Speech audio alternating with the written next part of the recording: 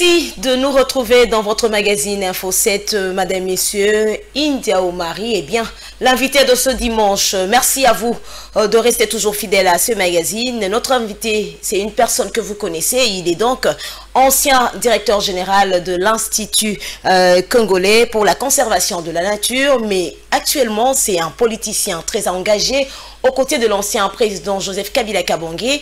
Et c'est bien avec lui que nous allons décortiquer l'actualité de la semaine. Bonsoir et bienvenue. Merci madame, bonsoir aussi. Merci. Comment se porte actuellement le PPRD après ce qui s'est passé? Il y a eu des tensions, de camps se sont même créés au sein de votre parti après le divorce FCC Cash. Actuellement, quelle est la santé de votre parti?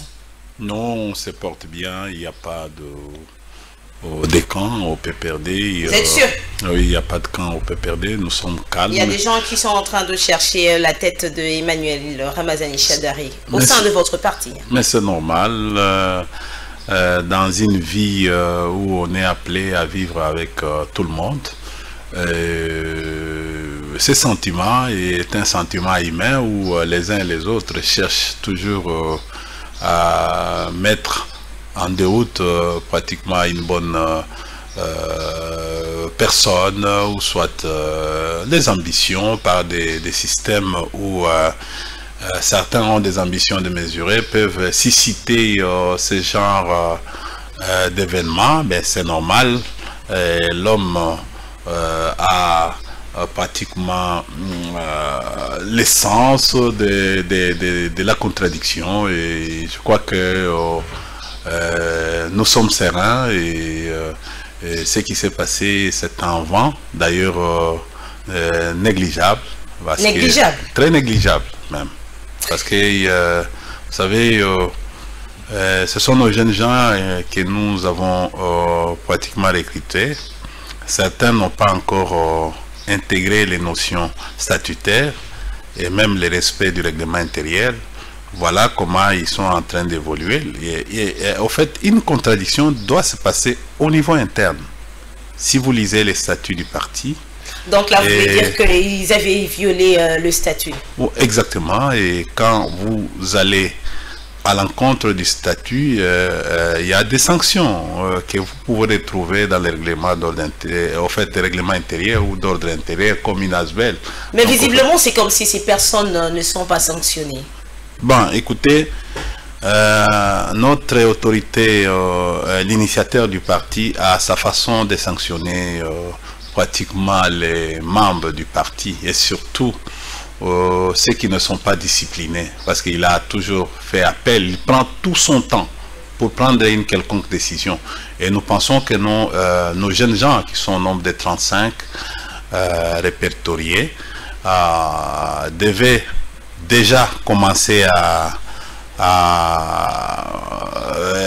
avoir une conscience, pour peut-être le temps peut nous dire, prendre conscience de pouvoir ne pas faire ce qu'ils sont en train de faire, parce que ce n'est même pas leur avantage. Vous savez, l'autorité qui choisit, c'est le président du parti. Ils choisissent qui seront ou qui vont pratiquement diriger le parti. Et c'est lui-même, quand il trouve que non, il y a une difficulté, c'est lui qui peut les remplacer autrement. Mais écoutez, dans les rôles qui est ceux qui comprennent facilement le président du parti, tant que le président Joseph Kabila Kabange, l'ancien président de la RDC. Oui, quand vous ne représentez pas une quelconque menace vis-à-vis du parti et vis-à-vis de l'autorité, je crois que non, il prend son temps. Est-ce que vous avez compris? Quand vous ne représentez pas une quelconque menace. Si on comprend bien, vous êtes en train de nous dire que ces personnes ne représentent pas une menace pour votre parti, c'est ça? Non, mais en fait, la personne que vous êtes en train de citer, Chadari, ne représente pas une quelconque menace. Voilà. Jusqu'aujourd'hui, ou soit contre les partis, ou soit contre son autorité. Il n'est pas encore indiscipliné. Les jours où il sera indiscipliné, l'autorité va se charger et l'autorité ne tardera pas à prendre une quelconque sanction. Mais dans les cas qui nous concernent actuellement, il y a Covid-19, le PPRD continue à respecter les mesures qui ont été éditées par l'autorité de l'État. Le président de la République, Félix-Antoine Tshisekedi. Effectivement, et nous n'allons pas s'aborder ces mesures comparativement à nos amis qui sont sous les bois, qui font des manifestations à outrance, Et de qui vous êtes en train de parler? Il faut citer les chats par son nom. Non, ceux qui sont sous les bois. Voilà, madame, messieurs, le premier dossier de cette rétrospective de la semaine. L'actualité l'oblige. Éruption volcanique dans l'Est de la République. Poursuite des opérations militaires dans le cadre de l'état de siège. C'est bien ce qui constitue ce premier dossier.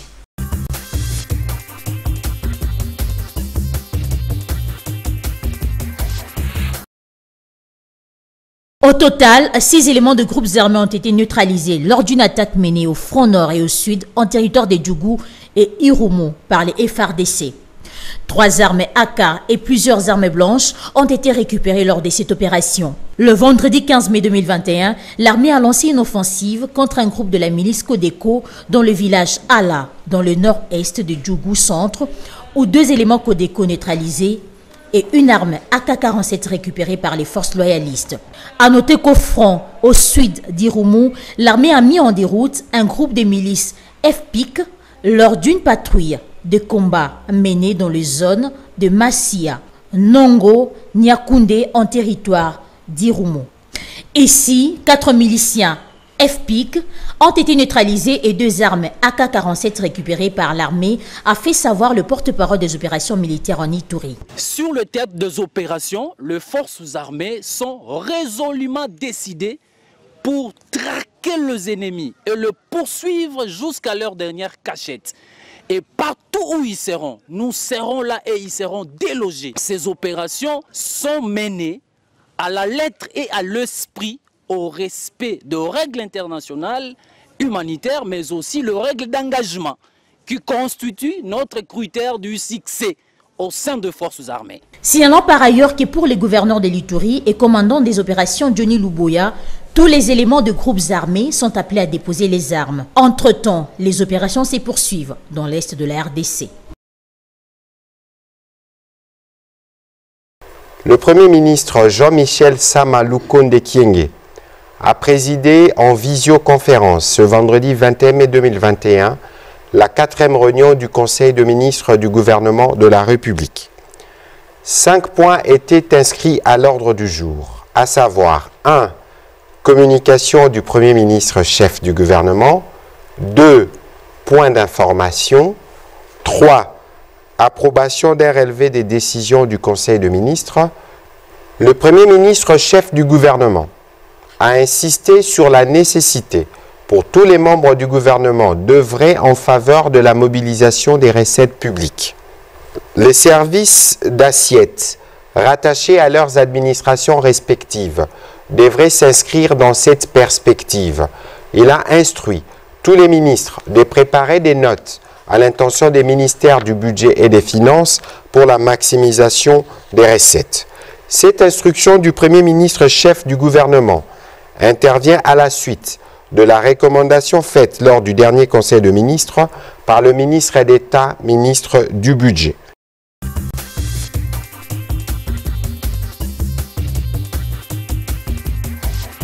Éruption volcanique, vous avez très bien suivi la situation à Indiaoumari.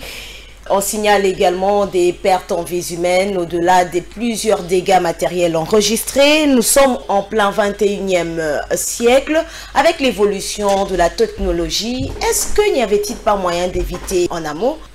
Mais effectivement, nous sommes en train de vivre l'impréparation, nous sommes en train de vivre, au fait, c'est comme si on n'était pas gouverné. Aux allures où les choses se présentent. Madame, je ne sais pas quelle coïncidence qui a fait à ce que vous puissiez m'appeler aujourd'hui, et d'abord comme écologue. Et surtout que nous connaissons bien que vous êtes ancien directeur général de l'ICSN et Goma, c'est un coin que vous maîtrisez. Exactement, parce que j'ai eu à travailler dans cette partie et on a eu pratiquement à monter l'observatoire pratiquement volcanologique de Goma, donc OVG, et avec les financements pratiquement de la 10e Fed. Donc on a pu monter cette structure parce que pour nous, on a envisagé comment il faut protéger pratiquement la population et pratiquement les parcs. Donc en principe, avec tout ce qu'il y a eu comme matériel qui ont été mis, les processus, pratiquement, un volcan pratiquement ne peut pas être en activité sans les signes coureurs. Comme nous sommes au 21e siècle où on surprend les gens sans qu'il y ait des signes. Les volcans qui est en activité aujourd'hui, nous savons que nous avons des volcans. Il y a Nyamuragira qui est éteint et l'autre de Nyiragongo est en activité aujourd'hui, mais on a mis les centres d'observation volcanologique pour de Goma, c'est pour essayer de prélever les données. Je vais vous dire, je vais vous surprendre, madame, et ça fait au moins 7 à 8 mois que les centres aujourd'hui n'arrivent pas à prélever les données pour des raisons de moyens. Et les centres a perdu, donc l'observatoire là a même perdu ses partenaires qui les finançaient, comme l'Union européenne et les autres. L'observatoire a perdu ses partenaires. Qu'est-ce qui s'est passé? C'est manque de leadership au niveau du ministère de la Recherche scientifique qui devait attirer son attention vers ce qui se passe à Goma. Vous savez, nous sommes dans un domaine de la géodynamique et de la géomorphologique. Donc, ce sont deux branches pratiquement de la géologie où l'État, normalement, ensemble, devrait commencer à regarder ce qui se passe. Vous savez, madame, nous sommes en train de peut-être de faire une alerte dans ce sens. Aujourd'hui, nous sommes en train de vivre les volcans qui est en activité, qui a endeuillé pratiquement la population de Goma. Mais le gouvernement a oublié que nous avons les gaz méthane, nous avons pratiquement les gaz méthane qui est là et qui ne sont pas exploités. On n'a ni fait l'exploration, ni fait l'exploitation. On ne fait même pas l'exploitation. Qu'est-ce qui manque alors au pays pour exploiter ces gaz-là? Oui, c'est ça. Vous imaginez un jour. Est-ce que cela, avant de vous laisser répondre, excusez-moi, avant de continuer, parce qu'aujourd'hui vous dénoncez que ces gaz n'est pas exploité, mais vous aussi vous étiez là. Est-ce que durant votre règne, ce gaz était exploité? Non, nous étions dans un processus. Nous, au niveau, vous savez, nous avons des actions transversales. J'étais au ministère de l'Environnement.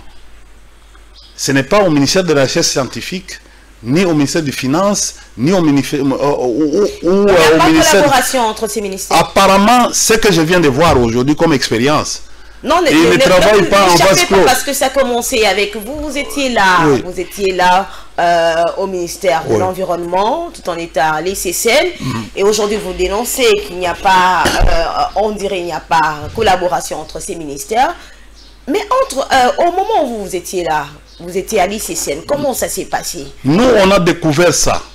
On était dans un processus, c'est-à-dire après, comme on a fait, on a aidé les ministères de la Recherche scientifique à avoir des financements pour monter l'observatoire. Nous avons fait quelque chose d'extraordinaire en montant l'observatoire volcanologique de Goma.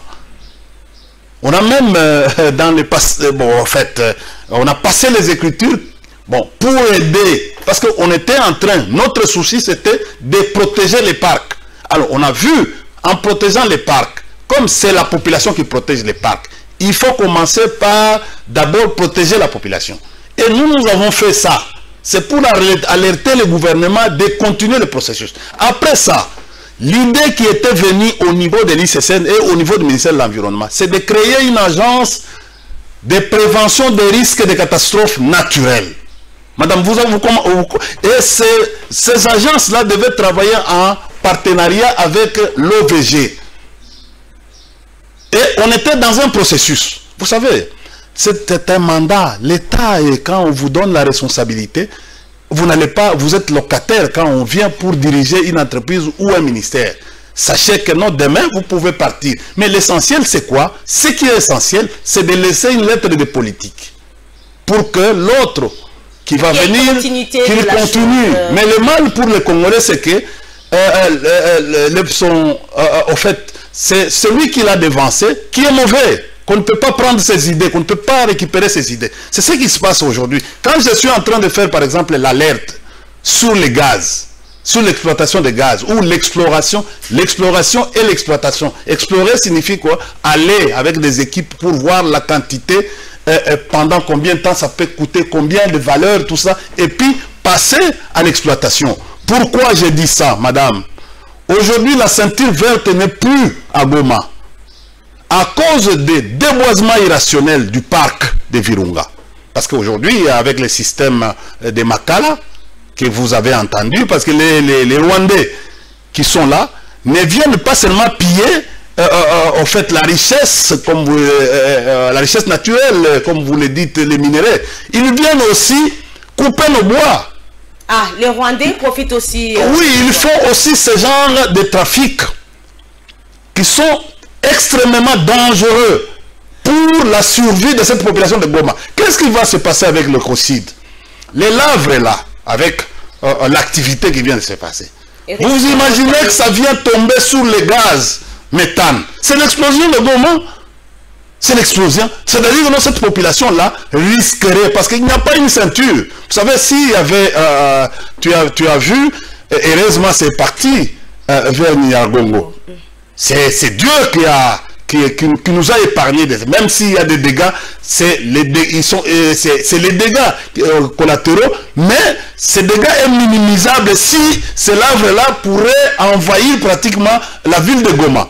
Mais dans le cas échéant, si en fait ces lavres-là arrivaient jusqu'au niveau des gaz méthane, mais ça devrait être catastrophique. C'est ici que je suis en train d'interpeller le ministère de la Recherche scientifique. Pourquoi laisser 8 mois, 7 mois, l'observatoire volcanologique de Goma sans au fait donner des moyens conséquents pour protéger la population? C'est-à-dire que non, aujourd'hui, en principe, le gouvernement devrait prendre une sanction contre les ministres de la Recherche scientifique. Et puis de deux, madame, ce que j'ai observé, heureusement, c'était depuis hier, je vais vous dire, il y a les députés de Goma qui ont commencé à nous appeler comme anciens responsables de l'ICCN. On a commencé à passer... Pour avoir votre expertise. Oui, un peu d'expertise, tout ça, comment nous pouvons contenir les effets, par exemple, sur le plan, sur le plan psychologique de ce qui s'est passé. Comment le gouvernement, dans une situation comme ça, il était incapable de faire passer le message au travers la RTNC, à qui aujourd'hui, toi, qui pratiquement, où on prélève l'impôt pour une chaîne nationale qui devait aider la population à l'épargner contre du danger. Et de trois, madame, je ne vois pas, en principe, dans une réunion dans une situation comme ça, il devait y avoir une réunion de conjoncture, présidée par le Premier ministre. Mais il y a quand même eu une réunion hier et aujourd'hui le porte-parole s'est aussi prononcé. Attendez, madame. Il s'est prononcé parce que nous avons... Le porte-parole s'est prononcé parce que nous avons fait, moi personnellement, j'ai tweeté pour dire que non, pourquoi en fait, les canaux institutionnels de l'information ne fait pas passer. Et c'était gênant. Et c'est comme ça que non, le ministre est allé à la RTNC pour instruire la RTNC. Mais en attendant, il devait y avoir une réunion de conjoncture où on devait trouver le ministre de l'Environnement, le ministre des Infrastructures et Travaux Publics, on devait trouver le ministre de l'Intérieur, parce que vous savez ce qui se passe. Les gens sont partis, mais au retour, comment on peut contrôler la migration? En principe, nous sommes dans une zone de turbulence avec ce qui se passe. N'y a-t-il pas moyen pour le Parlement d'interpeller le ministre de la Recherche et le ministre de l'Intérieur qui, en principe, devraient quand même alerter la population 72 heures avant? Non, madame, si on va interpeller les ministres, on les a... bon, je sais que non, il y a une grande responsabilité, pas au ministre de l'Intérieur, c'est le ministre de la Recherche scientifique qui a pratiquement bloqué le fonctionnement de l'OVG, de cet observatoire. Mais dans les cas, par exemple, s'il s'agit d'interpeller, on va interpeller aussi le ministre de l'Information, qui a bloqué l'information sur ce qui se passe à Goma, et qui voulait, dans le cadre, vous savez, non-assistance en personne à danger, c'est pratiquement une infraction, et la RTNC a bloqué. Même le directeur général de la RTNC devait être interpellé aussi. Parce qu'il a censuré l'information, une grande information, par exemple, de ces gens. Ils se sont rattrapés, non? Bon, écoutez, après le phénomène. Il a promis de faire passer l'information. Il a même instruit le directeur de la RTNC. Vous êtes en train de vivre qu'aujourd'hui, la dictature est en train de mettre même en difficulté le fonctionnement. Ah, vous criez à la dictature. Oui, mais madame, le la dictature est en train de mettre en difficulté le fonctionnement des institutions. Mais aujourd'hui, lorsqu'on parle de la dictature, on voit votre parti, le PPRD, le FCC. Madame, comment un directeur général censé être libre dans le fonctionnement de son travail avec les communicants de la RTNC pourrait bloquer l'information pendant des heures et des heures? Et je peux encore te dire tout à l'heure que non. Pourquoi ce matin ou hier, on n'a pas invité le ministre des Finances, le ministre des Infrastructures, le ministre de l'Environnement, le ministre de l'Action humanitaire, le ministre de l'Action humanitaire qui est là lorsque le porte-parole s'est quand même prononcé. Madame, on y va. Affaires sociales. Madame, ce qui vient de se passer, il devait y avoir une action transversale où on pourrait trouver aujourd'hui, par exemple, pour ouvrir la route. Parce que c'est une route d'intérêt en fait communautaire. Les ministres des Infrastructures devaient se retrouver pour le moment à Goma. Parce qu'on doit ouvrir la route pour le travail avec des engins. C'est ça. Le ministre de l'Intérieur devait se retrouver à Goma à l'instant pour essayer de contrôler la migration. Parce que le ministre de la Défense, la même chose. On ne sait pas. Les retours des non-réfugiés, ça peut provoquer encore d'autres incidents. Vous voyez, les ministres des Finances, parce qu'on nous parle que non, si il n'y avait pas eu des signes coureurs, au fait, le prélèvement des données, c'est parce qu'on n'a pas mis les moyens à la disposition de l'Observatoire. Les ministres des Finances devaient mettre les moyens à la disposition de la recherche scientifique pour parvenir à... Et de 3, 4 ou 5, le ministre de la Recherche scientifique, qui a la grande responsabilité, devait déjà être à Goma.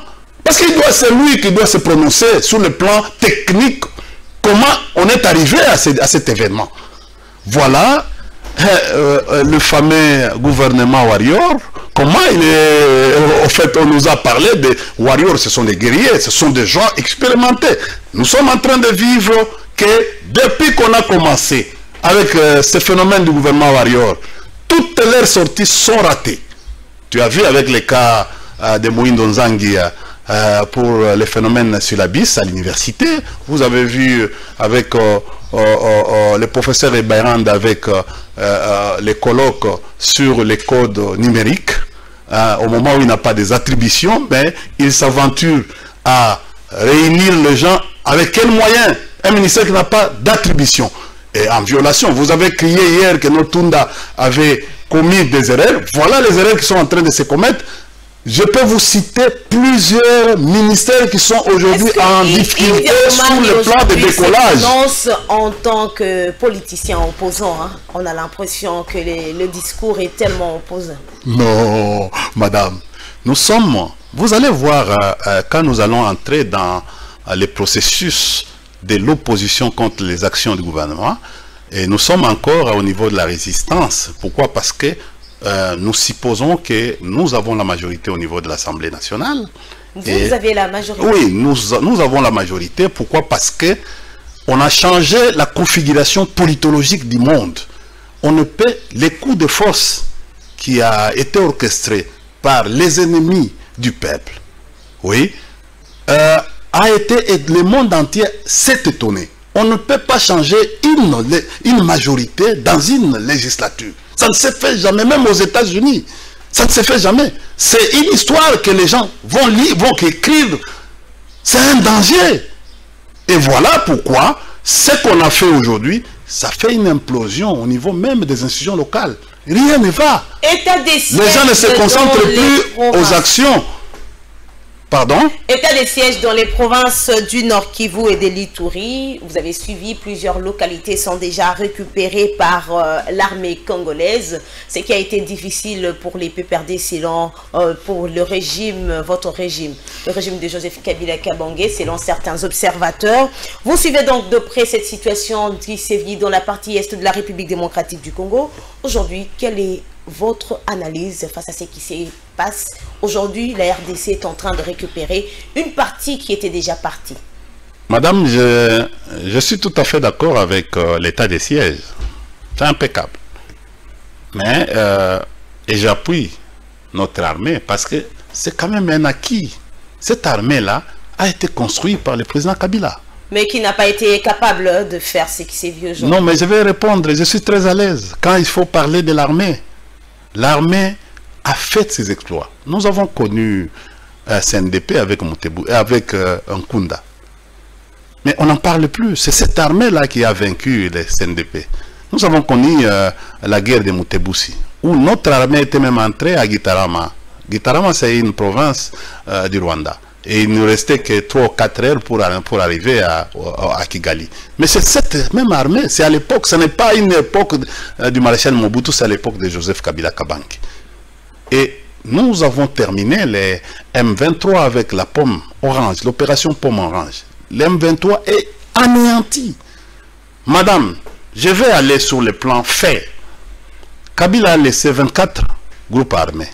Il a anéanti des 100 et 24 groupes armés. À la passation civilisée. Vous aviez entendu par rapport de la MONUSCO. Aujourd'hui, nous sommes à une centaine de groupes armés. Donc, ils sont revenus en force. La question que se pose, c'est pourquoi? On ne sait pas. Est-ce que c'est un problème de gouvernance et sécurité en France, alors que vous avez géré ce pays avec Félix Tshisekedi dans la coalition FCC Cash et le ministère de la Défense était entre vos mains, justice, avec Tunda. Non, non, madame, par la pratique, le commandant suprême, il n'y a pas deux. C'est lui qui articule l'armée, qui fait la mise en œuvre. C'est le commandant suprême. Le ministre de la Défense n'est pas dans les chaînes de commandement. Il ne se retrouve même pas. Il est ministre. Lui, c'est sur le plan du fonctionnement. Mais dans la mise en œuvre, on peut comprendre les forces, les commandants des forces arrivent dans la mise en conditionnement, c'est-à-dire les préparatifs, la logistique et autres. Mais dans les commandements, personne, le ministre de la Défense, ne participe même pas. Il n'est pas là, il n'est pas partie prenante dans la mise en œuvre. C'est le commandant suprême qui articule tout. Une dernière question avant de prendre le deuxième... avec son chef d'état-major général. Madame, nous sommes ici... Avant de prendre le deuxième dossier, une dernière question avant de vous laisser atterrir. Vous allez revenir sur ça.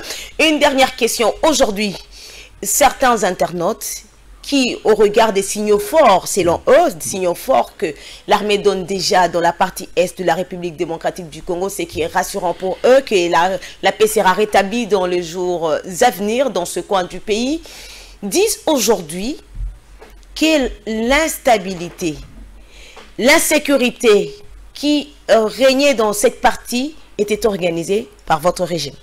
Madame, d'abord, je vais vous dire, l'état de siège pose un problème aujourd'hui.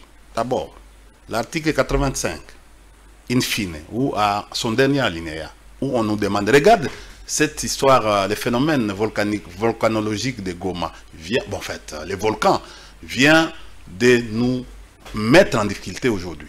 N'échappez pas à ma question. Je vais répondre. Okay. Je vais répondre. C'est pour vous dire ceci que non, je demande, parce que moi, c'est ça le travail que nous allons faire quand nous allons entrer à l'opposition. Je demande tout de suite, dès ce lundi, que le Parlement se réunisse, donc l'Assemblée nationale, pour voter la loi sur les modalités d'application. Pourquoi? Parce qu'on l'a violé. Aujourd'hui, les volcans, les phénomènes volcaniques, l'activité de ces volcans-là vient de nous, de nous rattraper. Mais si vous dites aujourd'hui que c'est grâce à nous, mais je vous ai dit tout à l'heure, je viens de vous démontrer que non, c'est notre armée, c'est nous qui avons construit cette armée. C'est Kabila qui a construit cette armée. Cette armée, parmi les bilans de Kabila, Kabila a fait de cette armée la 7e puissance en Afrique. Et aujourd'hui, nous avons reculé à la 11e puissance. C'est un problème. Nous disons, est-ce que c'est un problème de gouvernance? Si l'armée aujourd'hui, avec notre appui, nous avons dit, Kabila lui-même nous a ordonné, nous FCC, nous PPRD, de soutenir cette armée comme acquis. Et nous soutenons cette armée parce que tous ces généraux-là ont été, on a retrouvé dans ce Kabila a retrouvé dans cette république les républiquettes, les armées RCD KML, RCD N, RCD Goma, MLC, ainsi de suite. Il a réuni toutes ces armées-là en construisant une nouvelle armée moderne qu'on appelle FARDC. Il n'y a personne. Et on a pratiquement, on a formé cette armée. Dis-moi, ça fait 3 ans aujourd'hui. Qui a formé l'armée? Le régime actuel a formé quelles troupes pour mettre à la disposition? C'est la même armée qui a été formée par le président Kabila, à qui nous soutenons. C'est notre armée. Armée formée, mais qui a une c'est la même armée qui est en train de gagner les terrains aujourd'hui. Il n'y a pas une nouvelle façon de voir les choses selon la vision de l'actuel président de la République. Bon, madame, tu es journaliste. Cette vision est articulée comment?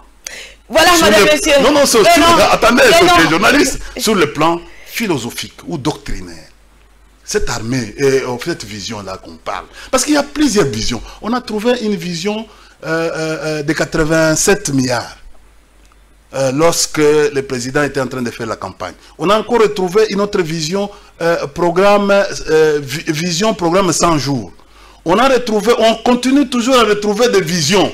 Mais finalement, on va aller où? Et cette vision-là, c'est laquelle? Parce que normalement, la Constitution nous dit, les gouvernements définissent la politique en concertation avec le président de la République. C'est-à-dire, le président vient, il donne une vision qui est matérialisée par les programmes du gouvernement. Mais on vient à chaque fois une vision. C'est laquelle? C'est la vision du gouvernement, c'est ce programme du gouvernement qui est traduit en vision, ou c'est une autre vision que vous êtes en train de nous définir que nous ne connaissons pas. Madame, monsieur, attendez, je cite. Madame, en un mot. En un mot. Mais quand les gens disent état de droit, ou peuple d'abord, mais c'est quoi? C'est une vision, c'est peuple d'abord qui a une vision, ou c'est état de droit qui a une vision? Ou aujourd'hui, qu'est-ce qu'on fait? On fait la lutte contre l'impunité comme concept, ou on rentre vers la recommandation de la Constitution qui nous dit que la République démocratique du Congo est un état de droit dans ses frontières, tout ça. Et ça, on a retrouvé. C'est Kabila qui a signé cette Constitution, qui a mis en place cette Constitution. Alors, on ne comprend pas. Kabila a signé, mais dans la pratique, les observateurs disent qu'il n'y avait rien. Il a bien signé, mais la pratique, il n'était pas là. Madame, dans la pratique, on a retrouvé des magistrats ici. Aujourd'hui, Kabila a laissé les magistrats avec un salaire. Mais aujourd'hui, l'hyper coupe. Quand on vous dit aujourd'hui que la DGI a fait des exploits, c'est à cause des impôts qu'ils récupèrent dans les salaires des magistrats et autres. Voilà, madame, messieurs, retrouvons le deuxième dossier. Il n'y a aucune information qu'on a apportée aujourd'hui. Le deuxième dossier de cette rétrospective de la semaine.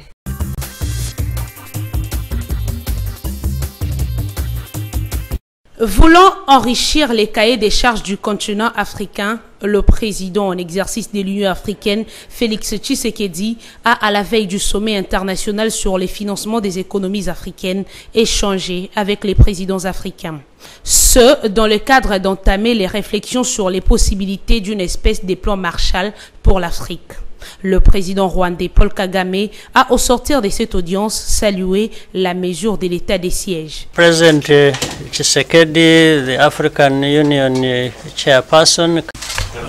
Le président Tshisekedi, en tant que président de l'Union africaine et président d'un pays voisin, Rwanda, on a beaucoup de choses à discuter ensemble, entre autres les relations bilatérales et les problèmes qui se passent en Afrique. Pour renforcer la sécurité à l'est de la RDC, parce que cette région est frontalière avec la région du Rwanda. Avec le président sud-africain Cyril Ramaphosa, il a été question du fonctionnement des organes de l'Union africaine. Le chef de l'État a aussi présenté le candidat de la RDC au poste du secrétaire général de la SADC, Faustin Luanga. Le président Félix Tshisekedi avait également pris langue avec la directrice générale des FMI qui s'est montrée optimiste quant à l'issue des discussions autour d'un appui financier à la République démocratique du Congo. Nous avons eu une très bonne discussion avec le président. Le programme a avancé très bien. L'objectif est de supporter le développement d'économie et de support pour l'éducation et l'infrastructure pour la pays. Le président tunisien était aussi venu apporter sa part dans ces sommets. C'était en marge du sommet sur le financement des économies africaines à Paris que Paul Kagame a nié le génocide congolais. Pour Augustin Mukamba, par cette déclaration, le président Kagame a craché sur les morts et martyrs congolais. Méconnaître le génocide congolais, c'est reconnaître, en fait, son implication. C'est quand même choquant. C'est du négationnisme. C'est cracher sur les morts congolais. C'est cracher sur les martyrs congolais. Et ce qui se passe dans pareil cas à travers le monde, c'est rappeler l'ambassadeur pour consultation et pour instruction.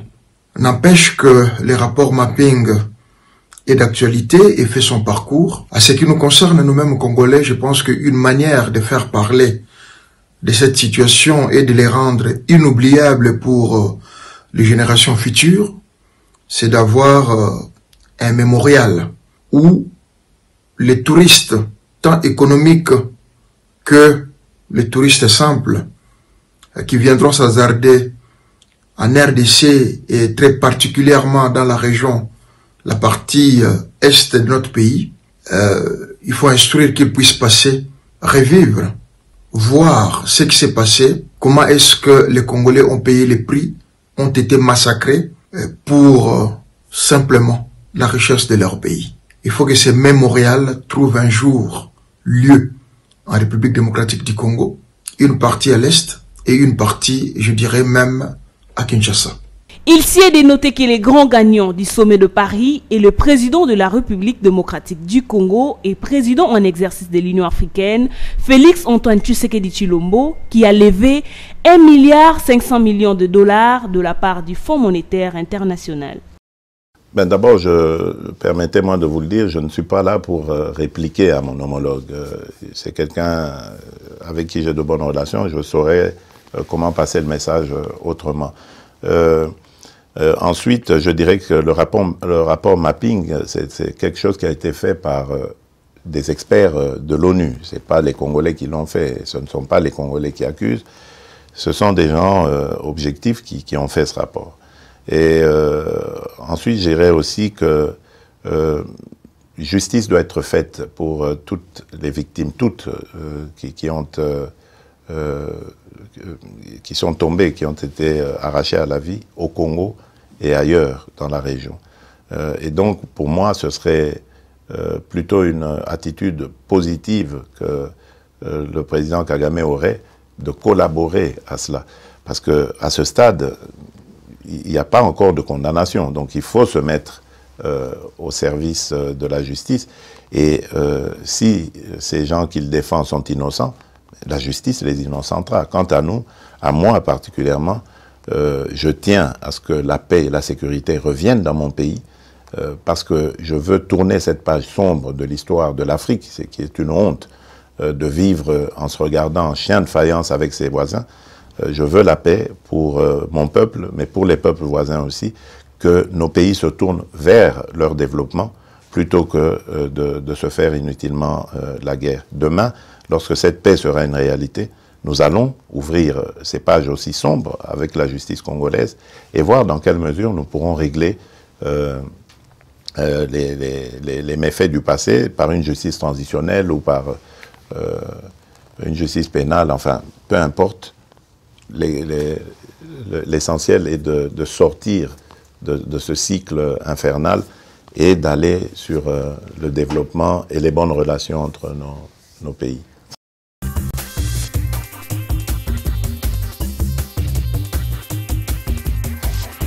Monsieur Indiao Marie, quelle est votre réaction face au sommet sur les financements organisés à Paris? Madame, d'abord, je vais terminer ce que j'étais en train de dire sur les magistrats. Vous savez, il faut qu'il y ait... Vous avez un mot pour ça, parce qu'on doit évoluer. Ok, on évolue. Il faut qu'il y ait... qu'on arrive à mettre en place les conditions de vie des magistrats et les conditions de travail des magistrats pour permettre à ce que nos magistrats fassent convenablement leur travail. Les conditions que l'ancien régime... et équité. Que l'ancien régime n'avait pas réuni. Non, l'ancien régime a mis l'arsenal. Il a quitté de la Cour suprême en éclatant cette Cour en 3 parties. Cour constitutionnelle, Cour de cassation et Conseil d'État. Répondez maintenant à ma question. Les structures aujourd'hui sont mises en place. Si aujourd'hui on peut parler de la magistrature moderne, c'est Kabila.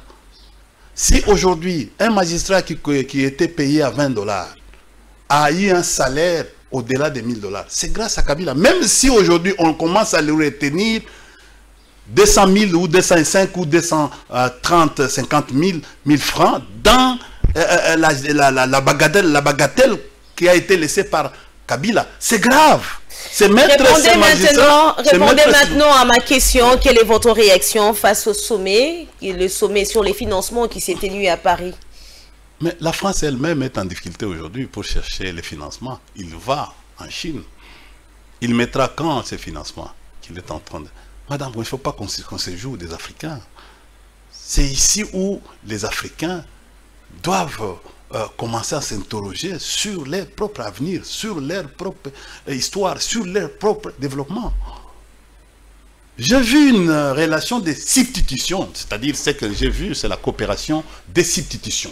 Ça, il faut aller regarder dans les cours des relations internationales qui parlent de ça. Nous sommes dans un domaine... Il faut permettre à la population qui est en train de vous suivre en utilisant des mots quelle est la banque qui a été mise? Parce qu'il faut aller sur le plan pratique, qui a été mise à la disposition des pays africains pour avoir la liquidité. Moi-même, j'étais parmi les négociateurs sur les COP, donc conférence des partis. Mais depuis qu'on nous a promis l'argent sur l'environnement, à cause de ce que nous sommes en train de réguler en termes de biosphère, nous faisons un grand travail. Par rapport à la COP 21, COP 22, COP, la conférence, par rapport à cette conférence que vous venez d'évoquer, il paraît que c'est vous, depuis votre règne jusqu'à ces jours, c'est le pays qui n'est pas en mesure de présenter de projets à la hauteur de ce qui est demandé, parce que la RDC est un petit pollueur. Mais je te dis ceci, il y a beaucoup d'argent à la Banque centrale, Banque africaine de développement. Nous les faisons toujours. Nous les faisons toujours, madame. La RDC fait toujours. Vous allez voir, ce sont les autres pays africains. Là, je vous vois en contradiction avec les environnementalistes. Non. Qui estiment que les autorités, en ce qui concerne l'environnement, elles n'ont pas fait la politique. Il ne faut pas la politique de l'environnement. Ils sont dans les ONG. La plupart des gens que vous recevez ici, ils sont dans... Ils ne connaissent même pas comment les pays se déploient pour chercher l'argent. Mais ce domaine-là de l'environnement, c'est un domaine extérieur. C'est autre ministère de la coopération internationale. C'est autrement. Mais ce ministère-là vit de l'argent extérieur. Mais les sommes qui arrivent ici sont maudiques avec votre système des opérations retour où Les priorités sont choisies. Mais pourquoi vous continuez encore à partir là-bas? Madame, les priorités ne sont pas choisies par les Congolais, mais c'est par l'étranger qui vous donne l'argent. Et c'est comme ça que je rentre encore à la coopération des substitutions. La fameuse conférence qui vient de se passer. Nous allons voir. Le sommet. Sur le financement. Oui, c'est une conférence. C'est une conférence. Oui. Les financements, oui. D'ailleurs, la RDC jusqu'à aujourd'hui, il n'obtient pas directement les financements. Il passe par des facilités financières. Il n'a pas l'accès au financement directement. Est-ce que vous savez ce principe? Attendez, on dit conférence sur le financement. Mais la RDC aujourd'hui est mise en embargo pour avoir le financement direct. C'est comme ça que nous à notre époque, nous avons contourné ces mécanismes parce que c'était encore un autre embargo financier. Nous sommes allés vers les Chinois pour avoir les liquidités, enfin de pouvoir vous arranger ce que nous avons fait. Nous avons imaginé des scénarios pour que vous puissiez exister, que le pays existe. Dès lors qu'aujourd'hui, parce que vous êtes en train de dire que vous avez fait quelque chose, mais oui, la réalité aujourd'hui prouve que tout ce que les Chinois ont fait en RDC à Kinshasa se trouve aujourd'hui dans un état d'élabrement très avancé, si je me permets. Mais non, écoutez, en matière des infrastructures, il faut faire ce qu'on appelle l'entretien routier. C'est ça, nous avons créé le FONER, c'est pour ça.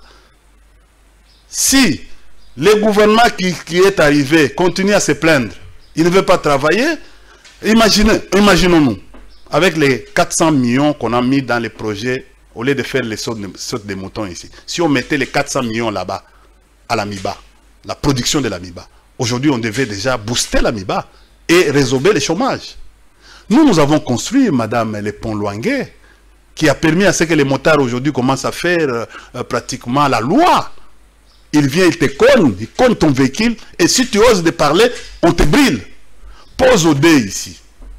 C'est un pont, oui, mais Mobutu nous a laissé, avec la coopération japonaise, les maraîchers. Nous avons construit. Le gouvernement congolais a construit Pose au dé. Aujourd'hui, les bureaux, il arrivait des fois où un ministère était... le ministère, quand vous arrivez comme ça, vous trouvez la pauvreté. Nous avons aujourd'hui, on louait le ministère. Madame, est-ce que tu sais que non, l'hôtel de ville de Kinshasa, c'est une parcelle, regarde là où Kimbuta a été. C'est une parcelle, en fait, louée. Revenons. Mais on a construit, à côté là, on a construit maintenant, on a un hôtel de ville où... Revenons au sommet sur le financement. La présidence elle-même. Revenons d'abord au sommet sur le financement, où le président de la République démocratique du Congo, Félix-Antoine Tshisekedi, vous avez d'abord suivi avant sa réaction, Paul Kagame, président du Rwanda, sur les génocides. Paul Kagame nie le génocide.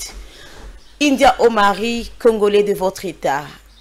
Vous avez, pendant votre régime, parlé du génocide. Aujourd'hui, Paul Kagame fait des déclarations. Il ne reconnaît pas le génocide en République démocratique du Congo, dès lors que nous connaissons que la RDC n'est même pas auteur du rapport mapping. Madame, c'est aberrant d'avoir l'arrogance de ces messieurs, que je n'ai jamais admiré. C'est lui qui a fait le cheval de Troie, c'est lui qui est l'auteur intellectuel, c'est lui qui nous a amené la guerre intra-étatique. Je parle, et les stratèges, ceux qui ont fait la géostratégie, me comprennent, je parle de la guerre intra-étatique. Kagame n'est que la personne, il fait cette guerre par procuration. Et il a tué beaucoup de gens. Madame, la guerre se gagne, la guerre ne se déclare pas, et la paix se gagne, et la paix ne se déclare pas, comme nous sommes en train de vivre. Ça, je vous fais rentrer en matière des relations internationales. Les États n'ont pas d'amis, n'ont que des intérêts. Ils se lient à cause des intérêts. On n'a aucun intérêt aujourd'hui à coopérer avec ces messieurs. Aucun intérêt. Parce que c'est lui qui est l'homme orchestre des affres qui se passent dans la partie. Mais, écoutez, un bon chef, c'est celui qui entend, qui écoute ce qui se passe, qui écoute sa population et qui défend valablement les intérêts. Et selon vous, que cachent les propos de Paul Kagame? Mais c'est la belligérance. c'est son style. Paul Kagame, c'est qui? Paul Kagame a compris qu'on est en train de construire l'unité nationale aujourd'hui. À travers... de Tshisekedi. Non, attendez. À travers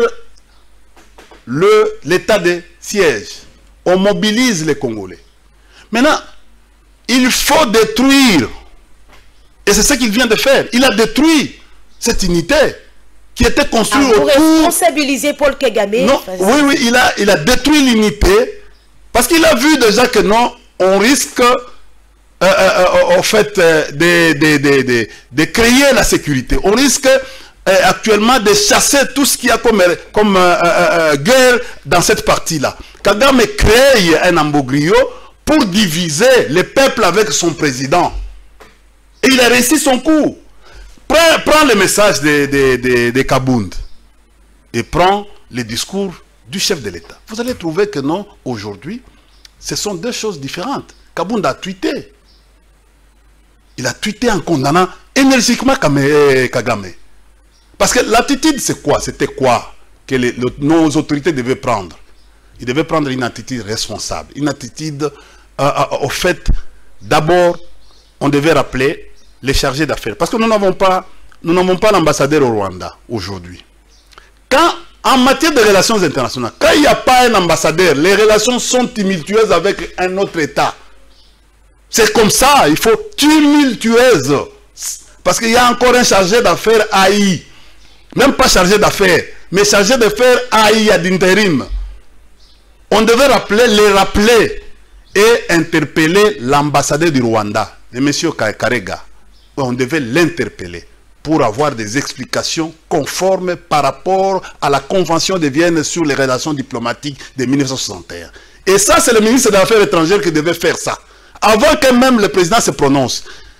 Par la sagesse de la diplomatie. Parce que la diplomatie, c'est ruse. C'est celui qui est rusé qui prend l'ascenseur. Et le président, d'ailleurs, je condamne même votre confrère de la presse. Vous savez, dans l'équité, comment Kagame s'est prononcé dans des chaînes internationales périphériques. Mais s'il fallait répondre à Kagame, on devait répondre avec les mêmes. On devait même inviter France 24 et RFI ici. Et on les répond schématiquement pour ce qu'il a fait. Mais Top Congo, ça arrose où? Ça a quelle dimension sur le plan diplomatique? Voilà là où vous voyez que non, ça mouche. Vous voyez, il va, d'abord, ce qu'il a fait, c'est dangereux. Vous promettez à votre confrère ou votre collègue ou votre homologue que je viens, vous allez me recevoir. Une heure avant, vous faites des trucs scandaleux jusqu'à cracher sur les morts, sur les héros. Même minimiser les papiers que nous avons obtenus de notre frère, en fait, Mukwege. Non, c'est pas normal. Et prix Nobel de la paix. Oui. Qui a obtenu le président de la République, Félix Antoine Tshisekedi. Kagame ne s'est pas arrêté à ça. Sa cible, c'était pas Mukwege. Non, pardon. Sa cible, c'était la population. Il a ciblé la population. Et il ne sait pas... qu'il a vraiment eu le temps de fustiger Mukwege. Non, non, pas seulement Mukwege. Il a minimisé l'état de siège. Parce qu'il a l'intérêt là. Il a minimisé. C'est ce qui se passe maintenant avec le volcan. Une question avec ce qui se passe le volcan. Comme on peut le constater, plusieurs Congolais ont trouvé refuge au Rwanda. Ils sont allés au Rwanda pour rester là en attendant que la situation se tranquillise un peu de l'autre côté. Mais si Félix Tshisekedi n'avait pas utilisé la sagesse, devrait réagir tel que vous l'aviez suggéré tantôt, est-ce que les Congolais allaient trouver une place au Rwanda? Parce que personne ne pouvait connaître qu'on allait vivre cette éruption du volcan. Donc c'est survenu comme ça, c'est tombé comme un cheveu dans la soupe. Il ne faut pas quand même reconnaître la sagesse du président de la République, Félix Tshisekedi. Madame, merci beaucoup. Tu es en face d'un internationaliste de formation. Nous avons un cours qui s'appelle le DIH. Droit international humanitaire. Si Kagame ne faisait pas ça, il devait être sanctionné sur le plan international. Rappelez-vous à l'événement de 1994. 1994, nous avons permis aux Rwandais de franchir nos frontières à cause de ce qui est arrivé au Rwanda. Mais si le droit international inscrit ça, c'est une question du droit international. D'ailleurs, madame, ce que je vais vous dire tout à l'heure, c'est que ça passait des discussions pour que les gens traversent. Il avait déjà fermé ses frontières avant. Oui, les frontières étaient fermées. Étaient fermées. Mais au finish, quand même... Mais je ne sais pas pourquoi il a ouvert ses frontières. Plus tard. Et madame, la question, c'est ici quand je vous ai parlé que les ministres de l'Intérieur et les autres ministres devaient se retrouver à Goma. Quand même, les gars là, Kagame est toujours lisé. Il peut faire au retour de ces réfugiés, introduire suffisamment d'autres Rwandais pour venir nous infiltrer davantage et compliquer la situation de l'état de siège. Donc nous devons être vigilants parce que quelqu'un qui a refusé et après 5 heures du temps, il a accepté, il a fermé ses frontières et après c'est pas 4 heures, 5 heures, il ouvre les frontières tard. Et ces gens-là sont partis. Vous allez voir le nombre de gens qui vont rentrer. Voilà, madame, messieurs, vous allez les comptabiliser pour voir effectivement ils habitent où. Parce que quand j'ai introduit la notion du ministre, par exemple, des ministres qui devaient aller là-bas. Vous savez, ce sont des réfugiés qui vont venir, ils n'ont pas d'habitation, ils vont rester où? Mais un Rwandais peut dire que non, moi j'étais aussi tel endroit, je vivais aussi tel endroit. Comment on va arriver à les contrôler? Et surtout, c'est de la partie, c'est dans les territoires de Nyiragongo où les problèmes se posent avec la guerre asymétrique. Vous savez, c'est cette partie-là qu'on a tué. C'est cette partie-là qu'on a tué des gens. C'est cette partie qu'on a même qu'on a même tiré sur notre directeur de l'ICCN, le prince de Mérode. En fait, dans cette partie. Et moi, je pense que c'est dans cette même partie où les laves coulent, qui ont provoqué un certain nombre de kidnappings. Mais je me dis, parce que ceux qui ne connaissent pas Goma et ses environs, c'est à côté, il y a le Rwanda. On peut traverser. Les gens pensent que c'est la grande barrière. Non, on peut traverser de l'autre côté. C'est la partie la plus dangereuse pour atteindre Nyiragongo. La partie la plus dangereuse.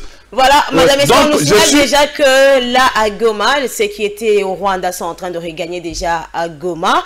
Et puis, également, nous sommes sûrs que les autorités, comme l'a annoncé le ministre, le porte-parole du gouvernement, qui sont en train de suivre, le gouvernement des Warriors est en train donc de suivre la situation de près, certainement. Tout ce que vous êtes en train de dire est déjà pris en compte. Et là, nous retrouvons un autre dossier, c'est le dossier justice.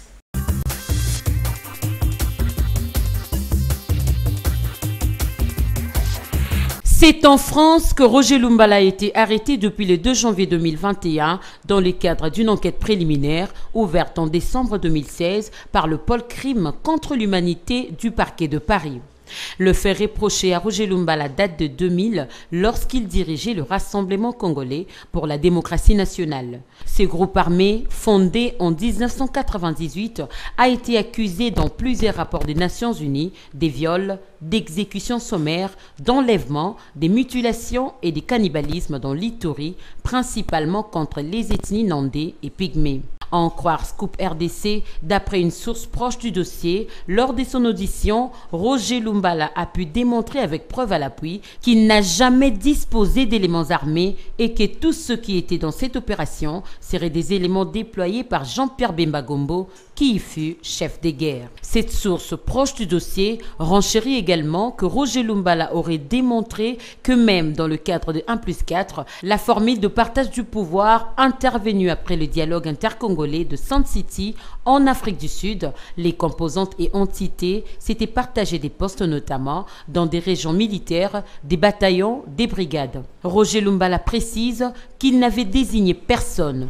Tous les militaires étaient désignés par Bemba, qui à l'époque était chef de l'armée de la libération du Congo. Au regard de toutes ces preuves, la source proche du dossier provient que c'est fort probable dans le tout prochain jour que la France puisse demander la collaboration avec la justice congolaise pour que Jean-Pierre Bemba Gombo soit une fois de plus entendu. Affaire à suivre. il y a un débat, c'est technique, un débat technique, pour savoir, à supposer que le poursuite aille jusqu'à terminer. Quel est le tribunal compétent pour juger Matata? Sur le plan de la loi ne dit rien. Oui. Maintenant, comment ça va se régler? Oui. On peut imaginer que le procureur général, près la Cour de cassation, demande alors formellement au Sénat de lever l'immunité parlementaire. En ce moment, l'objection du Sénat va tomber. On verra si le Sénat va refuser de lever ou autoriser la levée. Si le Sénat autorise la levée, donc le dossier de Matata va aller devant la Cour de cassation. Où il sera jugé.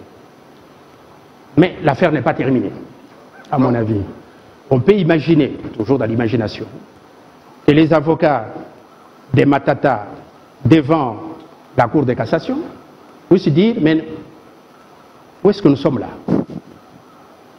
Devant la Cour de cassation, mais non. Matata, c'est un ancien Premier ministre, il doit être jugé par la Cour constitutionnelle. Donc la question va revenir devant la Cour de cassation. Bon, écoutez, je ne demande pas aux avocats de Matata, je ne demande pas aux avocats de Matata d'aller soulever ce problème devant la Cour de cassation. Mais on est dans la succession.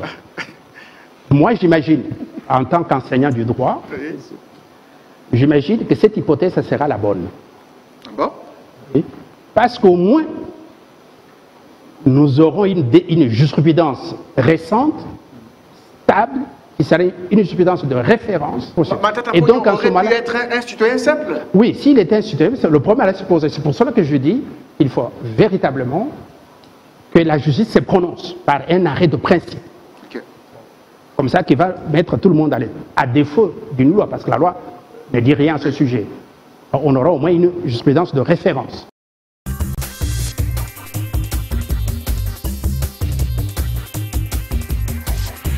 Quelle est votre analyse face à ce qui se passe aujourd'hui? Roger Lumbala, un Congolais qui se retrouve devant des instances en dehors de son pays, la République démocratique du Congo. C'est malheureux d'abord. Je vais te dire une chose. On ne peut pas arrêter un Congolais à l'extérieur, surtout dans ce genre de choses, si son État n'a pas approuvé. Ça, c'est moi, je crois que nous sommes dans une politique, nous avons déjà compris, nous sommes dans une politique de règlement des comptes, une justice de règlement des comptes. Beaucoup vont payer. Tous ceux qui ont fait qui ont peut-être fait de la contradiction scientifique, de la contradiction avec ces allures, vont subir. Et nous sommes en train de vivre. Je ne suis pas obligé de parler ici aux choses, au micro, mais je vous dis que c'est dangereux si on va charger... Mais le président de la République, Félix Tshisekedi, il avait dit que lui, il n'est pas là pour régler les comptes, mais toute personne qui a des problèmes avec la justice doit répondre. C'est pas ça l'état du droit. Mais un Français, beaucoup de Français, qui ont commis en fait des problèmes ne sont pas arrêtés ici. Ne sont pas arrêtés ici. Les gouvernements pourraient même dire que non, mais remettez, messieurs, nous avons une justice ici, notre justice peut prendre ces messieurs en charge. On nous parle de la justice qu'on va mettre en place plus tard. Mais nous avons quand même une justice dans ce pays. Vous voyez, dans l'opinion française, on ne peut pas faire ce genre de choses, même s'il est coupable. Ça fait partir. Il faut, à un certain moment, pour notre valeur, il a été dirigeant dans ce pays, il a commis ce qu'il a commis, et la justice est en train de suivre le processus. Il est encore présumé coupable, innocent. En fait, il a la présomption d'innocence, pas présumé innocent, excusez-moi. Il a la présomption d'innocence. On va voir.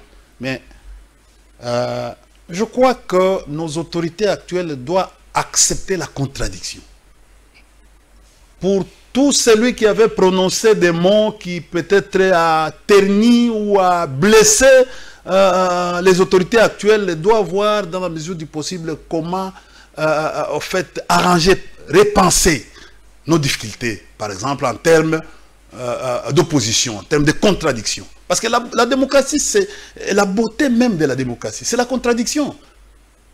Finalement, madame, on aura même peur de venir à la presse ici. Donc, pour vous, Roger Lumbala a été là parce qu'il est congolais, madame. Il est congolais.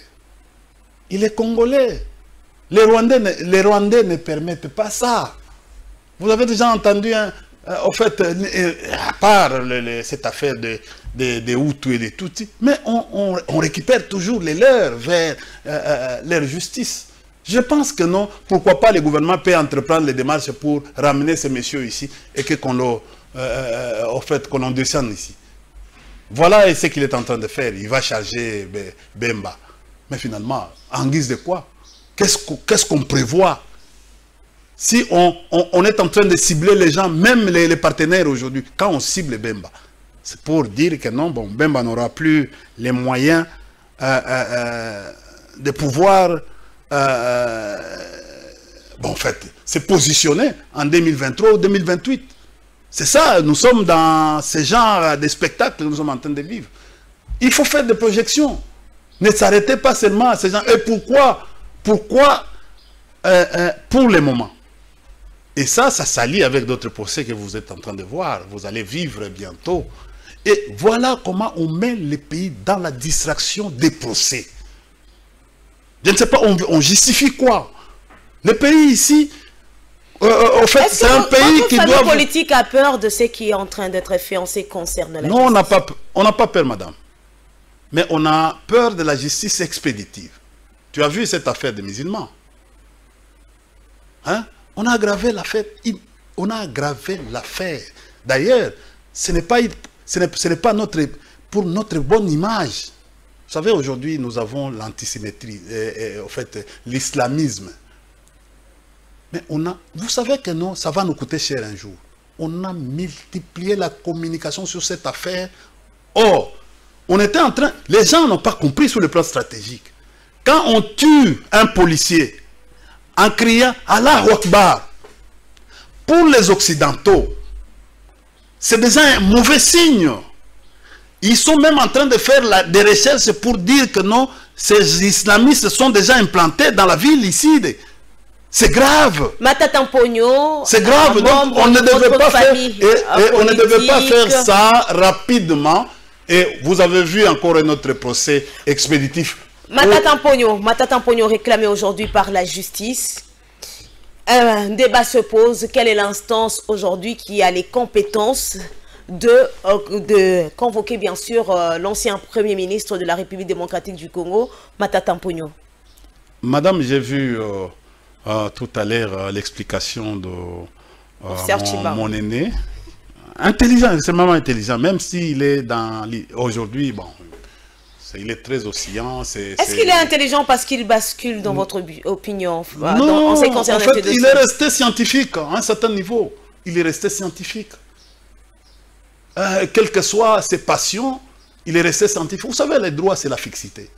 Quand je vois un procureur de la République qui se rebiffe, qui se contredit par ses lettres au Sénat, je me dis, mais nous sommes... cette justice, est-ce qu'on peut encore...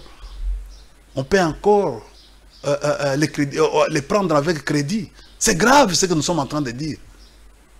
Si les autres parlent de la justice, en fait, instrumentalisée, c'est une question. Est-ce qu'ils ont raison ou pas?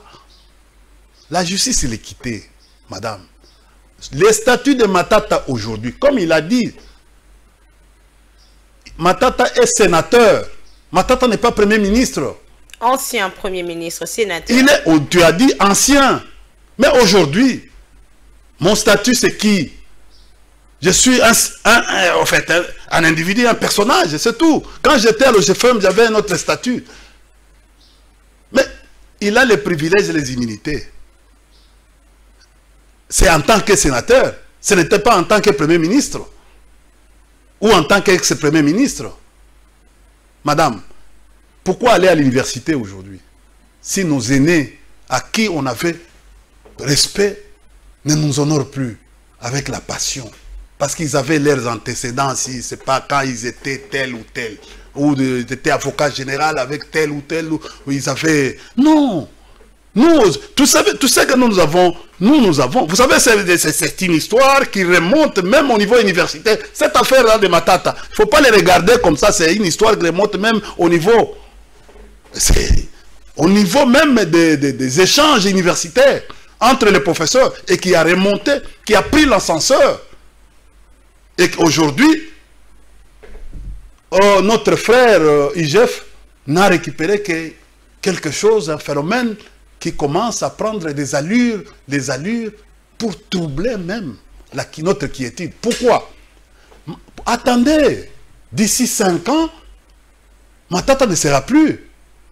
S'il n'est plus sénateur, mais le Parlement peut se réunir et prendre une décision de l'Assemblée nationale et le Sénat. S'il n'était pas sénateur, l'Assemblée et le Sénat devraient déjà...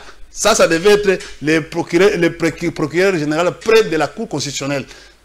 Mais quand on insiste à la place de la Cour de cassation, on insiste, on veut seulement la tête. On attend quoi? Je vais te parler de cette histoire. Bukangalonzo est supposé aujourd'hui vendu. Je ne sais pas par qui. Il paraît dans les reportages de vous, journalistes. On veut créer ces champs-là, cet espace au champ du chanvre. On a sous-évalué les potentialités de Bukangalonzo en voulant vendre à 100. Mais j'ai été hier avec Ados Ndombasi. Du chanvre. Du chanvre. J'ai été hier dans une longue discussion. Est-ce que vous avez des preuves il paraît, ce sont vous, j'ai dit, je suis en train de dire il paraît. Il paraît, voilà. C'est les journalistes qui nous donnent les informations. Nous sommes en train de suivre ça, comme tout individu. J'ai été hier dans une conversation à bâton rompu avec l'honorable Ados Ndombasi, qui ont effectué avec les Élisaires et les autres. Il faut aller regarder les quantités de maïs, des tonnes de maïs qui pourrissent à Bukangalonzo présentement. Et même ils disent que non, c'est le sabotage de ces régimes, c'est le sabotage du gouvernement. Pourquoi le gouvernement n'arrive pas à mettre à la disposition de la population toute cette quantité de maïs? Mais c'est grave, madame. Et on veut punir Matata en laissant pourrir la production qu'on a fait à Bukangalonzo. Tout ce qu'on est en train de dire aujourd'hui. Regarde, je vais te dire une chose. Bon, je pense qu'on doit évoluer avec ces dossiers. S'il vous plaît. L'IGF qui s'est introduit dans cette affaire a fait une enquête qui a même dit que Bukangalonzo, dans ces rapports-là, Bukangalonzo, le sol n'est pas approprié pour mais pourquoi s'il y a ce rapport de l'IGF, Matata ne peut pas seulement se présenter devant la justice et enfin, ces dossiers, il y a l'éclairage qui sera fait autour de ces dossiers. C'est l'IGF qui est aujourd'hui fiduciaire, qui a compris que non, c'est en faisant les bruits que... Parce que quand il dénonce aujourd'hui, il a l'argent. Hein? Il a l'argent. Même toi aujourd'hui, si tu as un dossier à l'OFIDA, tu dénonces ça, on va te rétribuer 25%. Il a compris ça. Qu'est-ce qui se passe aujourd'hui? Pourquoi il est tout le temps... Il a déjà déposé les dossiers à la justice. Mais c'est l'IGF qui devait se calmer. Matata peut parler parce qu'il est victime. Lui, il considère ça comme dénonciation calomnieuse et imputation dommageable. Il peut parler à la télévision, dans toutes les chaînes. Moi, la question que je suis en train de me poser, l'IGF, dans sa déontologie, l'éthique et déontologie, comme enquêteur, pourquoi il multiplie? Il faut aller voir aujourd'hui. Après cette émission, allez chez l'IGF. Votre question aura certainement une réponse un jour. Madame, monsieur, nous évoluons. L'actualité reste également dominée par la célébration de la journée du 17 mai. Et retrouvez donc plus de détails dans ce que nous vous proposons.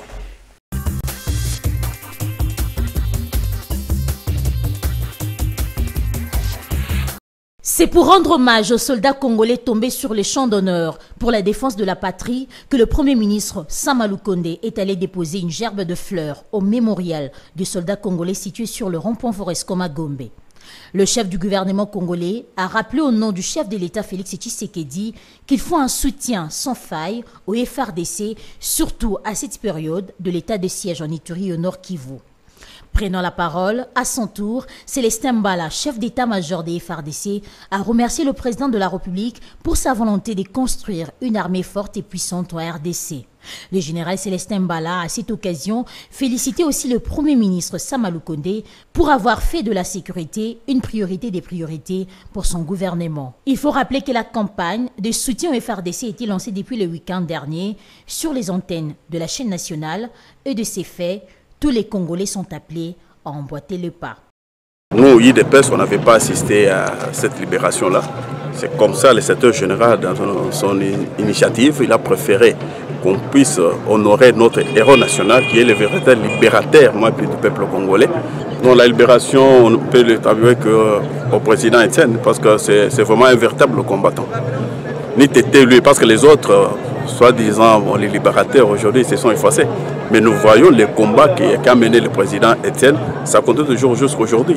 Aujourd'hui, nous sommes au pouvoir, malgré nous sommes au pouvoir, mais les combats continuent jusqu'à l'instauration d'un état des droits, c'est que le peuple congolais a toujours préféré. Moi, quand je parle de la libération du Congo, c'est l'instauration d'une démocratie solidifiée par l'avènement de notre président Félix Tshisekedi à la tête de la RDC. Mais puisqu'il s'agit de la date du 17 mai, vous niez catégoriquement l'effort fourni par Mosé Kabila. En fait, je ne suis pas là pour aller aux antipodes de ce que les autres ont fait, parce que pour libérer un pays, il faut qu'il y ait des efforts des uns et des autres. Si certains sont venus par les armes contre un pouvoir anarchiste qui avait été établi et que la Constitution le prévoyait, en tout cas, je ne vois pas pourquoi je vais nier les efforts des autres. Mais comme je l'ai dit, essentiellement, il y a une lutte qui a été installée dans ces pays 32 ans durant, qui a abouti aujourd'hui à l'alternance que nous connaissons dans notre pays.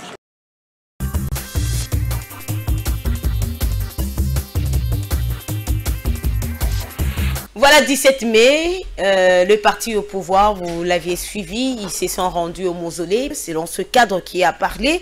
La libération de la République démocratique du Congo doit être attribuée aux sphinx de limiter le feu, Etienne Tshisekedi Wamumba. Bon, je crois que non, il y a un problème de déraisonnement. Ils ont oublié aujourd'hui que non, c'est les partis sous les bois qui ont créé des pillages et qui nous ont amenés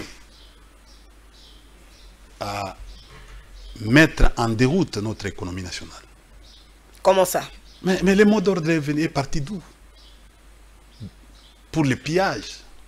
D'ailleurs, c'est le même parti qui nous a envoyé à démonétiser la monnaie. Nous avons constaté à un certain moment, madame, je ne veux pas trop te perdre. Aujourd'hui, ces partis-là sous les bois nous ont amené le chômage dans ces pays. Nos parents il y avait des usines, il y avait l'unité industrielle, a été vidé par les pillages. Nous pensions qu'au jour où ils seront au pouvoir, ils vont relever les défis par rapport à la destruction que la RDC a connue. Parce que ce pillage-là, Mobutu en avait parlé, on a envoyé des gens. Et ce pillage qui a créé le phénomène des enfants sorciers, avec la prolifération des églises à travers toute la République. Donc, là, vous êtes en train de charger l'UDPS. J'ai dit, c'est madame, j'ai dit aujourd'hui, l'histoire ne saute pas. L'histoire ne saute pas. L'histoire ne saute pas. Ils sont des rancuniers. Ce que nous avons fait avec le 17 mai, une fête. Rancunier, un parti. Mais comment quelqu'un qui a vu les forces armées. J'ai dit, comment les gens qui ont vu ici à Kinshasa, les forces armées entrer, qui ont vu les forces armées entrer, et qui sont venus même applaudir cette force armée qui a vaincu la dictature de Mobutu. Aujourd'hui, après une vingtaine d'années, ils vont changer. Mais écoutez, même si on peut devenir, au fait, il faut à un certain moment, intransigeant, il faut à un certain moment accepter quelqu'un. Mais ils vont accepter quand? Les bienfaits. ils vont accepter quoi? Tout ce qui ont été faits ici, nous on accepte, on a accepté que Mobutu a conservé, nous a aidé à l'unité nationale. Et nous, qu'avec Kabila, nous avons conservé cet acquis qui était... L'UDPS aussi accepte la passation pacifique. Non, on n'accepte même pas. On n'accepte même pas. Tout ce que nous avons fait, ils n'acceptent même pas. Mais ils ont oublié. Moi-même, moi qui vous parle, je vous rappelle que non, il faut connaître l'histoire de la RDC. Qui ont pillé, qui ont détruit, qui ont vandalisé nous, on avait Transam à Kinshasa, tu te rappelles encore. On avait City Train ici, tu te rappelles encore. Mais même Transco, la moitié des bis, hein, parce que c'est une œuvre de Kabila, la moitié a été vandalisée. Ils n'ont pas le respect des biens publics, même des biens privés. J'ai vu les procès des musulmans. Ouais, mais il faut voir aussi, il y a eu des choses qu'on devait faire aussi en termes de procès antérieurs, comme nous avons vu avec les policiers qui ont été tués à l'événement, la loi Sakata et Minaku. Madame, mais l'équité est où dans ces pays? C'est bien beau de venir arrêter tout le monde, c'est bien beau de faire du mal à tout le monde, mais à un certain moment, il faut avoir l'équité. C'est ce que nous demandons. Nos amis doivent comprendre. La date là, ce n'est pas nous qui avons créé. C'est l'événement historique. Je ne vois pas par quelle magie on peut venir aujourd'hui dire que non, mais c'est tel qui a libéré à la place de tel. Or, on dit les forces armées.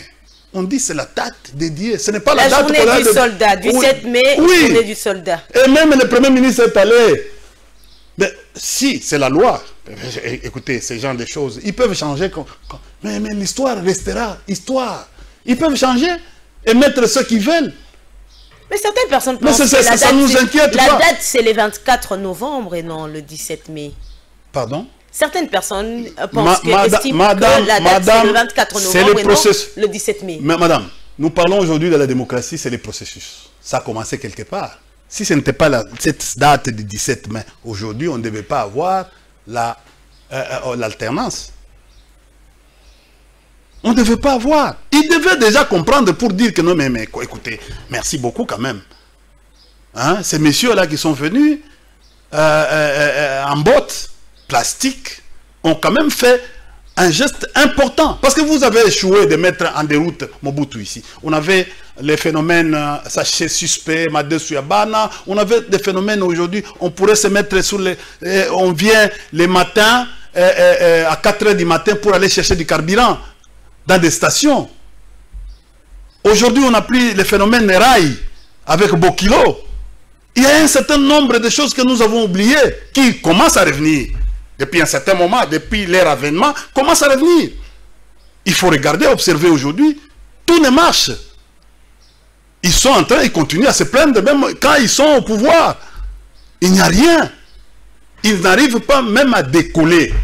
Dis-moi, quel est le ministre qui a déjà fait un état des lieux et qui est passé pour expliquer comment il a retrouvé son ministère, comment il est en train de chercher dans 3 mois, à court terme, à moyen et à long terme, comment il va faire pour donner de l'espoir.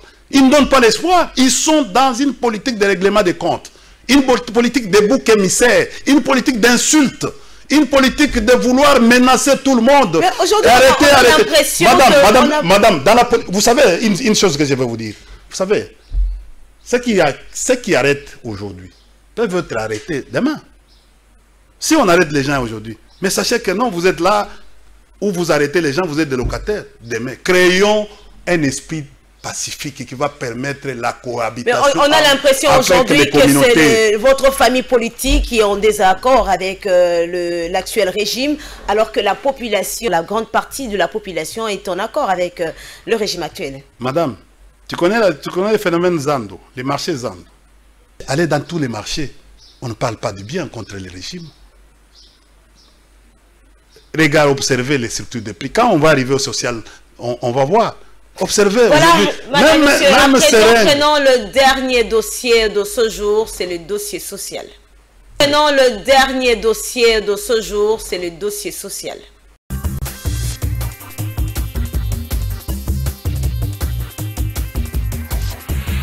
Le ministre de l'EPST, le professeur Tony Mwaba, a eu un tête-à-tête avec le directeur des opérations de la Banque mondiale. Au menu de cet entretien, la gratuité de l'enseignement de base en République démocratique du Congo. Face à la presse, Christophe Carré a réaffirmé le soutien de la Banque mondiale dans la gratuité de l'enseignement de base en République démocratique du Congo. Nous avons un partenariat très important avec les autorités et le gouvernement, et le secteur de l'éducation, d'une certaine façon, est le point phare en ce moment de notre partenariat, puisque nous avons ce grand projet d'appui à la gratuité de l'enseignement dans le secteur de l'éducation primaire. Donc l'objet de ma visite était une visite de courtoisie, de me présenter au ministre, de le féliciter et de discuter avec lui de l'état d'avancement de ce projet et comment nous allons travailler ensemble dans les prochains mois. Comme d'autres observateurs congolais, le directeur des opérations de la Banque mondiale, Jean-Christophe Carré, croit en la capacité de l'actuel locataire de l'EPST, le professeur Tony Mwaba, à relever le défi de la gratuité de l'enseignement de base en République démocratique du Congo. Je suis très rassuré par ce que m'a dit le ministre. Et je sens un leadership très fort, ce qui est vraiment une bonne nouvelle. Il s'agit des 7 immeubles de 18 niveaux récemment construits et appartenant à un sujet chinois du nom de Ding Goma. Il est situé au numéro 60 de l'avenue Ouvira, dans la commune de la Gombe. Aimé Tower, cet immeuble est victime d'une tentative d'expropriation. C'est l'ancien commissionnaire du sujet chinois qui s'est fait fabriquer un protocole d'accord. Dans ces documents, l'ancien commissionnaire du chinois s'est attribué 25% de la somme globale de tout investissement effectué par Ding Goma. C'est avec ces faux documents qu'il s'amènera au tribunal de commerce pour réclamer 21 appartements de cet immeuble. Sans que la partie accusée ne soit saisie, le TRICOM rendra un jugement par défaut, sans appel et sans opposition. Avec tous ces documents, ce réseau mafieux a réquisitionné des hommes armés pour exproprier l'immeuble. Une Congolaise en est tombée victime. En fait, ces jours-là, on était tous surpris par ce qui s'est passé. Et notre garde, notre GSA, était venu nous signaler qu'il y avait plusieurs personnes à l'extérieur qui voulaient entrer par force. Et comme notre porte de l'entrée était fermée, comme c'est codé, c'était difficile pour eux d'accéder. Et ils sont passés par notre fenêtre. Ils sont entrés par la fenêtre. Et moi, tellement que j'avais peur, j'avais fui de la toilette. Je me suis enfermée dans la toilette. Et l'un d'entre eux est entré. Il a voulu forcer la porte. Et de moi-même, j'ai pu ouvrir la porte pour éviter qu'il ne casse la porte. Juste quand j'ouvrais la porte, il m'a giflé, il m'a tapé, je me suis cognée quelque part où je me suis blessée. Cette tentative d'expropriation met en mal le climat des affaires car l'immeuble Aimé Tower est le fruit des efforts d'un Chinois qui a choisi la République démocratique du Congo comme sa seconde patrie. Les autorités congolaises devraient ouvrir l'œil pour protéger et sauver l'immeuble Aimé Tower de cette tentative d'expropriation. C'est un nouvel album qui sera bientôt sur le marché.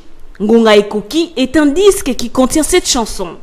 Le producteur du disque, le pasteur Issa, promet pour très bientôt la sortie officielle de cette œuvre musicale. Pour la sœur Annie Issa, le temps a sonné pour accomplir sa mission d'évangélisation pour laquelle elle a été appelée.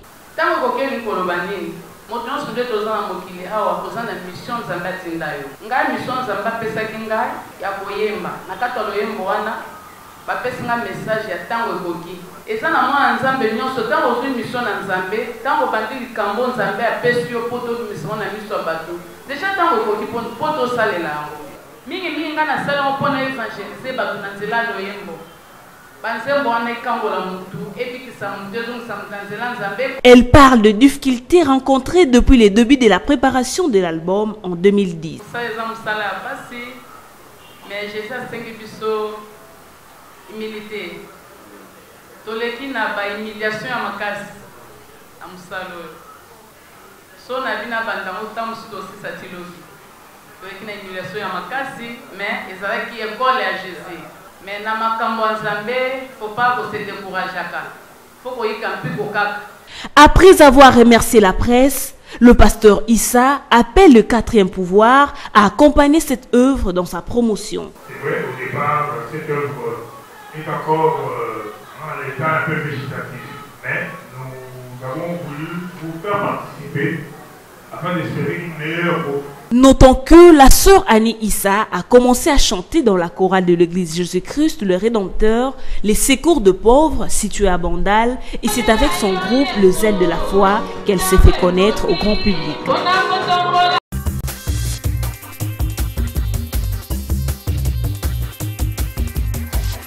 La gratuité de l'enseignement est base en République démocratique du Congo. Après, ce qui s'est passé avec l'ancien ministre de l'EPST, Willy Bakonga, la Banque mondiale n'avait plus confiance à la RDC. Aujourd'hui, elle revient. C'est une preuve que le FCC est contre la population. Non, madame, il faut aller au marché aujourd'hui, vérifier en fait les sacs du foufou, les sacs... Nous sommes dans l'enseignement. Attendez. Nous sommes dans l'enseignement. Madame, est-ce que vous échappez à ma question? Non, je vais répondre techniquement. Mais oui, répondez d'abord à ma question. Non, attendez, il ne faut pas embrouiller. Il s'agit des sociales. La question, c'est social. Je ne sais pas si on t'a soufflé pour ne pas avoir honte. Si vous allez à Gambela aujourd'hui, non, si vous allez aller à Gambela aujourd'hui, nous avons un phénomène Ebundeli. Un petit gobelet, en fait, même insuffisant pour partager dans la famille. La vie devient impossible. La survie aujourd'hui, on ne sait pas le lendemain à cause de manque de boussole dans ces pays. Et nous sommes en train de vivre comme ça. Aujourd'hui, à la pharmacie, seringue coûte aujourd'hui de 50 francs à 1500. C'est grave ce que nous sommes en train de vivre aujourd'hui. Donc il n'y a aucun espoir. Répondez quand même à ma question sur l'enseignement. Je suis en train de répondre. Déjà, au niveau de l'enseignement, j'ai compris l'IGF qui est militant, combattant, qui a félicité... L'IGF militant ou l'IGF est en train de faire son travail? Le travail que l'IGF ne pouvait pas faire hier avec votre régime, le régime de Joseph Kabila Kabangé. Madame, l'IGF était ancien directeur de cabinet adjoint de Madame Akassia. Donc il vient d'un parti politique comme militant pour se retrouver, au fait, c'est Madame Akassia comme directeur de cabinet adjoint. Donc c'est un militant. Et il ne peut pas aujourd'hui refuser ses appartenances politiques. Même s'il va, il fait comme travail, il est humain, il a le sang, il a aussi les humeurs comme vous.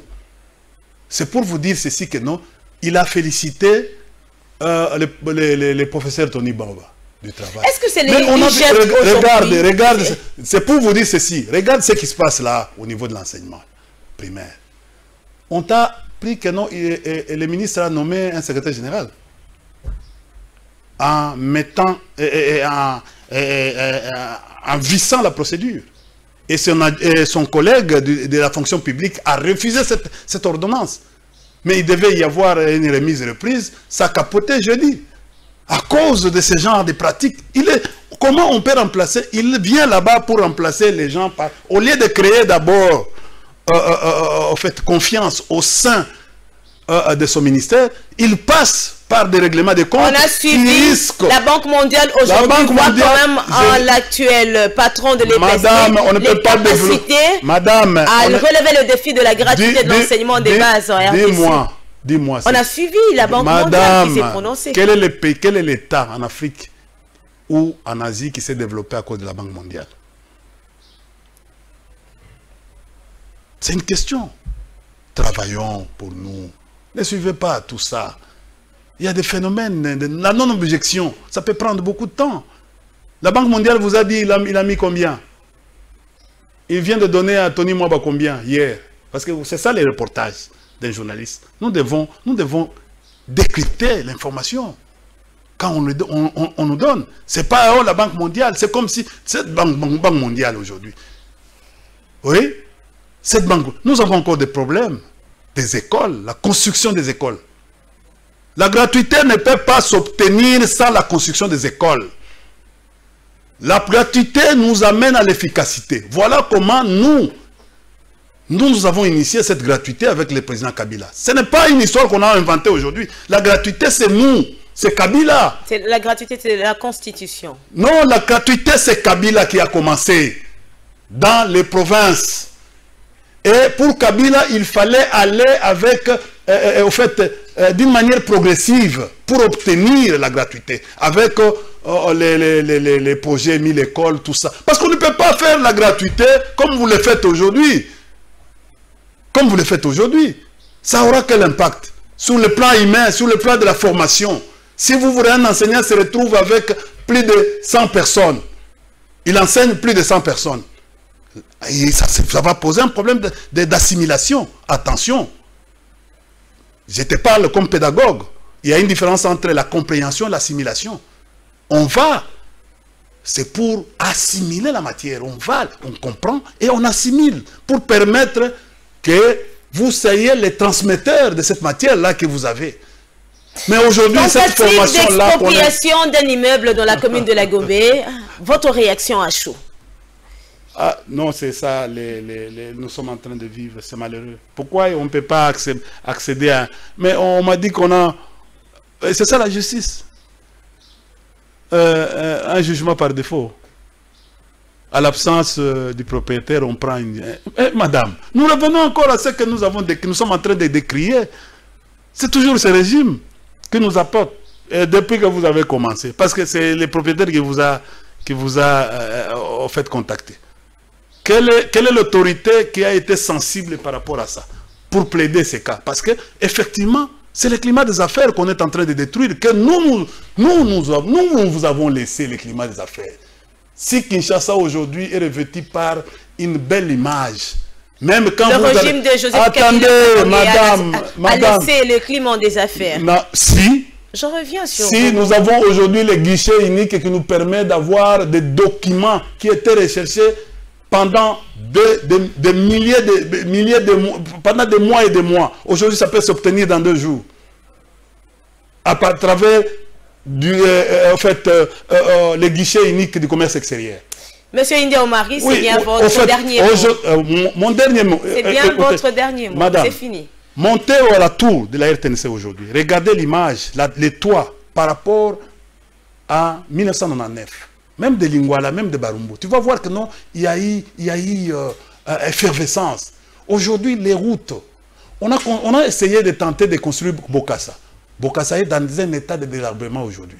Voilà, on a tenté Olengesa aujourd'hui. Mais je me pose la question, ce régime est venu faire quoi? C'était bien India Omari, il est cadre du PPRD. Je suis au cadre, membre du bureau politique du PPRD, ancien directeur général de l'ICSN, c'était bien. Et de l'OGFM, tu as oublié aussi. Voilà, il était également à l'OGFM. C'est tout un cursus. Merci beaucoup, il était également à l'OGFM, vous le connaissez certainement, madame, messieurs.